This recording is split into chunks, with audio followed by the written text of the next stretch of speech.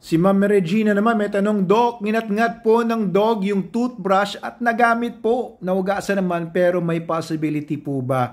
Kung may rabies yung aso tapos nginat-ngat yung toothbrush, malilipat nga nung aso yung rabies virus mula sa laway niya papunta dun sa toothbrush at pag ginamit nyo na hindi pa namamatay yung rabies virus doon kasi after several hours mamamatay naman yung rabies virus pero kung ginamit nyo agad hindi pa patay yung mga rabies virus na yan at dumikit yan sa mucosa ng balat sa loob ng bibig ninyo, may possibility nga po matatransmit yung rabies virus.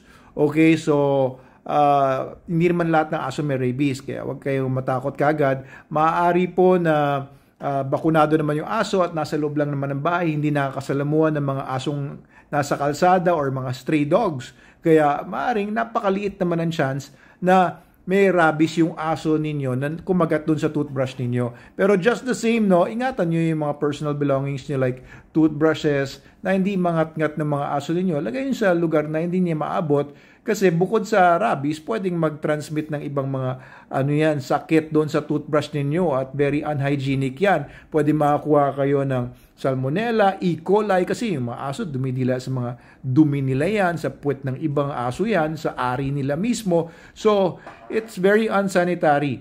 Okay? So, rabies, baka malit naman yung chance. Pero, kung ang tinatanong nyo, may possibility ba? There is a possibility kung may rabies yung aso na nailalabas na niya from the bibig.